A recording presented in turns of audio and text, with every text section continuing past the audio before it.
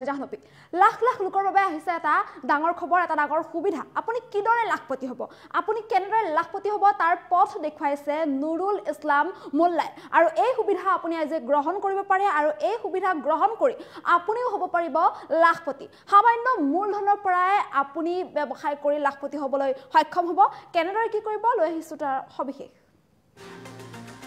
লাখ লাখ লোকৰ বাবে ডাঙৰ খবৰ ডাঙৰ সুবিধা আহিছে প্ৰতিগৰাকী লোকৰ বাবে আপোনালোকেও এই সুবিধা গ্ৰহণ কৰিব পাৰিব আজি গ্ৰহণ কৰক এই সুবিধাৰ জৰিয়তে আপুনিও হ'ব পাৰিব লাখপতি লাখ লাখ লোকৰ বাবে ডাঙৰ খবৰ মূলধন নাথাকিলেও আপোনাৰ কথা নাই যদি আপোনাৰ হাতত মূলধন নাই তেন্তে তেতিয়াও আপুনি চিন্তা কৰিব নালাগে শীঘ্ৰে আপুনি থিৰাং কৰক আপোনাৰ ব্যৱসায় অথবা বৃত্তি আপুনি থিৰাং কৰক আৰু তাৰ পিছতে আপুনি হ'ব পাৰিব লাখপতি সামান্য মূলধনৰ পৰাই আপুনি লাখপতি হ'ব পাৰিব গতিকে আপোনাৰ হাতত মূলধন নাথাকিলেও আপুনি কিন্তু কোনো ধৰণৰ চিন্তা কৰিব নালাগে গৌৰীপুৰৰ বহুকেইগৰাকী ক্ষুদ্ৰ ব্যৱসায়ী এতিয়া হৈ পৰিছে স্বাৱলম্বী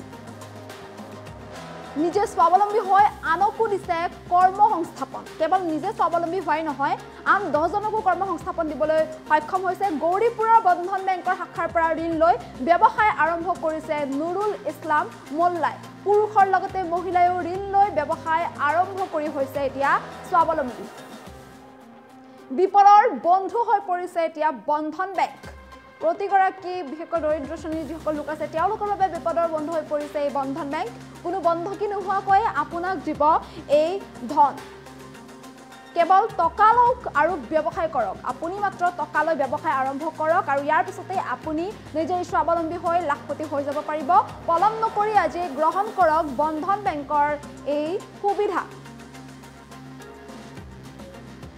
আৰু মুঠত লাখ লাখ লোকৰ বাবে এটা ডাঙৰ খবৰ জনাইছোঁ যিহেতু আপোনালোকৰ বাবে বিশেষ সুবিধা লৈ আহিছে গতিকে আজি আপোনালোকে এই সুবিধা গ্ৰহণ কৰিব পাৰিব আপোনাৰ হাতত যদি মূলধন নাই বা মূলধনৰ কাৰণে যদি আপুনি চিন্তা কৰিবলগীয়া হৈছে আপোনাৰ হাতত ধন নাই কিন্তু আপুনি বিচাৰিছে যাতে আপুনি এটা ব্যৱসায় কৰিব পাৰে বা আপুনি স্বাৱলম্বী হ'ব পৰাটো আপুনি বিচাৰিছে কিন্তু আপোনাৰ হাতত ধন নাই বাবে আপুনি পিছ পৰি থাকিবলগীয়া হৈছে বা হাতত আপোনাৰ ধন নাই বাবে আপুনি অপেক্ষা কৰি থাকিবলগীয়া হৈছে এটা সাধাৰণ চাকৰি বিচাৰি আপুনি হাবাথুৰি খাই ফুৰিবলগীয়া হৈছে এতিয়া কিন্তু আপুনি ইয়াৰ কাৰণে কোনো চিন্তা কৰিব নালাগে আপুনি যদি ভাবিছে আপুনি সামান্য এটা ব্যৱসায় কৰিব সৰুকৈ এটা ব্যৱসায় আৰম্ভ কৰিব কিন্তু পইচাৰ অভাৱত বা ধনৰ অভাৱত আপুনি ব্যৱসায়টো আৰম্ভ কৰিব পৰা নাই তেন্তে আজি আপুনি এই সুবিধা গ্ৰহণ কৰক আৰু এই সুবিধা আপুনি লাভ কৰিব আপুনি আজি আৰম্ভ কৰিব ব্যৱসায় আপুনি মাত্ৰ আপোনাৰ ব্যৱসায় বা বৃত্তিটোৰ কথা চিন্তা কৰক আপুনি কি ব্যৱসায় কৰিব বা কি বৃত্তিৰ সৈতে আপুনি জড়িত হ'ব আপুনি কেৱল সেইটোহে চিন্তা কৰক তাৰ পিছতে আপুনি বন্ধন বেংকৰ জৰিয়তে ঋণ লৈ আপুনি ব্যৱসায় আৰম্ভ কৰিব পাৰিব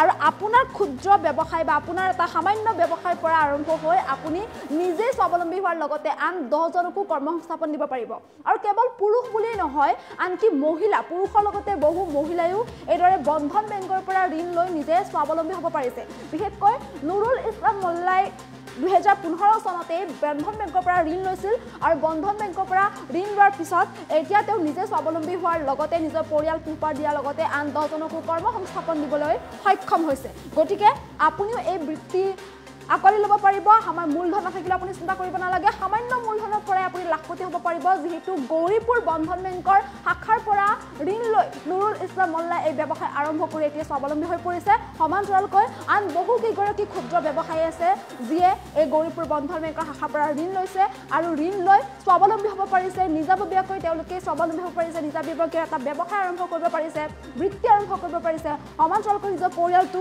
সুন্দৰকৈ পোহপাল দিব পাৰিছে বা আন 10 জনকো সুবিধা দিব পাৰিছে কৰ্মসংস্থাপন দিব পাৰিছে গতিকে আপুনিও এই সুবিধা গ্ৰহণ কৰিব পাৰিব আপুনি চাকৰি বিচাৰি হাবাথুৰি খাই ফুৰিব নালাগে বা যদিহে আপুনি ভাবি আছে আপুনি ব্যৱসায় কৰিব কিন্তু অৰ্থৰ অভাৱৰ বাবে বা ধনৰ অভাৱৰ বাবে আপুনি ব্যৱসায় কৰিবলৈ সক্ষম হোৱা নাই বা আপুনি পিছ হুকি আছে তেন্তে এতিয়াৰ পৰা আপুনি চিন্তা কৰিব নালাগে বন্ধন বেংকে আপোনালোকৰ বাবে এই সুবিধা লৈ আহিছে বন্ধন বেংকৰ এই সুবিধা আপুনি আজি গ্ৰহণ কৰক আৰু এই সুবিধা গ্ৰহণ কৰি সামান্য মূলধনৰ পৰাই আপুনি হৈ পৰক লাখপতি আপুনি কেৱল আপোনাৰ ব্যৱসায় অথবা বৃত্তিটোৰ কথা চিন্তা কৰক আৰু ইয়াৰ পিছতে আপুনি আপোনাৰ ব্যৱসায় অথবা বৃত্তি থিৰাং কৰাৰ পিছতে বন্ধন বেংকে আপোনালোকক দিব এই সুবিধা এই ঋণ দিব আৰু ইয়াৰ পিছতে আপোনালোকে কোনো বন্ধকী নোহোৱাকৈ এই ঋণ লাভ কৰিব পাৰিব আৰু সেই ঋণ লৈ আপোনালোকে এইদৰে ব্যৱসায় আৰম্ভ কৰি এইসকল যিসকল ক্ষুদ্ৰ ব্যৱসায়ী এই ক্ষুদ্ৰ ব্যৱসায়ীসকলৰ দৰে আপুনিও স্বাৱলম্বী হৈ পৰিব পাৰিব সমান্তৰালকৈ আন 10 জনকো আপোনালোকে দিব পাৰিব কৰ্মসংস্থাপন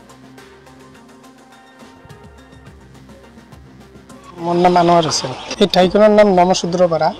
মই মোটামুটি ধৰক 2015 পৰা লৈ আছোঁ। দোকানত 2015 পৰাই কৰিছোঁ। মানে বন্ধনৰ পৰা টকা লৈ কিনি দোকান চুৰু কৰিছোঁ। হয়, মোটামুটি আৰু টুকটাক চলে, জীৱনটো চলি আছে এনেকুৱা আৰু। আছে ফেমিলিত মানুহ আছে, মোটামুটি 6-7জন মা আছে, ভাই আছে, ভণ্টি আছে। দোকানৰ ওপৰত ভৰসা কৰি চলি আছে। আপুনি মাহে এবাৰ কৈ কিস্তি দিয়ে?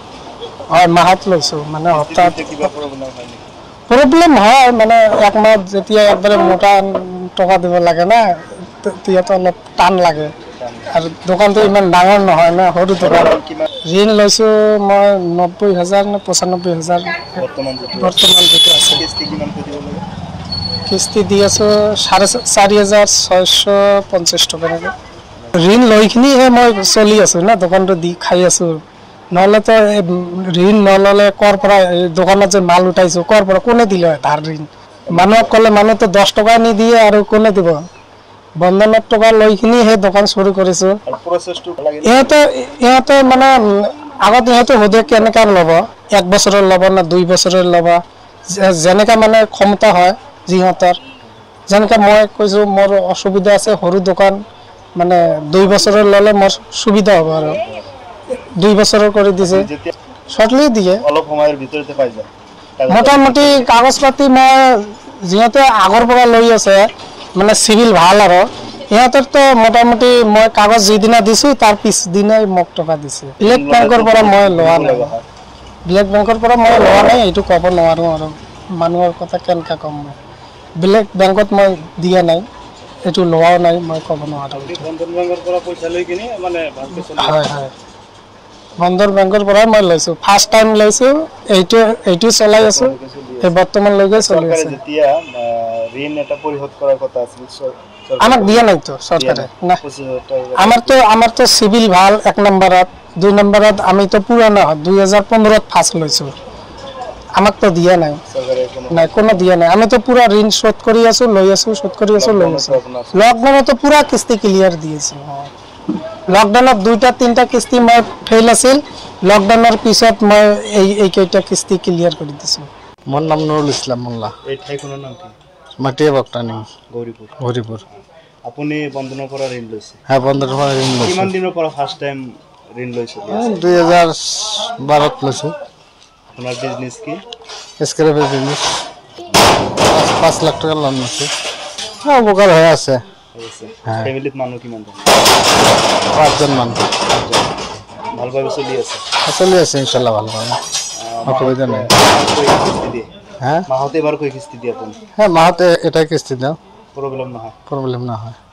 আগত আপোনাৰ বিজনেছ যেনেকুৱা চলি আছিল, বন্ধনৰ ঋণ লোৱাৰ কিবা পৰিৱৰ্তন হৈছে নেকি? অলপমান পৰিৱৰ্তন হৈছে। আপুনি চৰকাৰী কিবা চৰকাৰে যিটো সাহায্য দিব বিচাৰিছিল ঋণ লোৱা মানুহক, নাই এইবিলাক পোৱা নাই। না। আপুনি কিমান দিনৰ পৰা ঋণ লয়? এইটো মই 2012ত লৈছোঁ, তাৰপিছত 1 বছৰ পাছত দি আছোঁ, 2 বছৰ কৰি কিস্তি কৰি আছোঁ। মানে ৰানিং কৰি আছে বাৰু? ৰানিং, হ্যাঁ।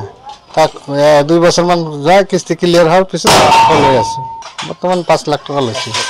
কিমানকৈ আহে কিস্তি? 19,200-300। দিলীপ কুমাৰ ৰায়। আপুনি বন্ধনৰ পৰা ঋণ লৈছে? বন্ধনৰ পৰা ঋণ লৈকে আপুনি কেনেকুৱা মানে স্বাৱলম্বিতা লাভ কৰিছে? স্বাৱলম্বিতা মানে কি ঠিকে আছে, মানে অলপ পইচাৰ দৰকাৰ হৈছিল, সেইকাৰণে বন্ধন লোনটা লোৱা হৈছে। কিমান দিনৰ পৰা দোকান কৰি আছে আপুনি? মোটামুটি 10 years। 10 years। 10 বছৰ। বন্ধন কিমান দিনৰ পৰা লৈছে? 2 মাহ হ'ল আৰু। 2 মাহ হ'ল। আপোনাৰ বৰ্তমান ফেমিলিত কিমান মানুহ আছে? ফেমিলিত মা দেউতা আছে, ভাই আছে, ৱাইফ আছে, বাচ্চা 2টা আছে।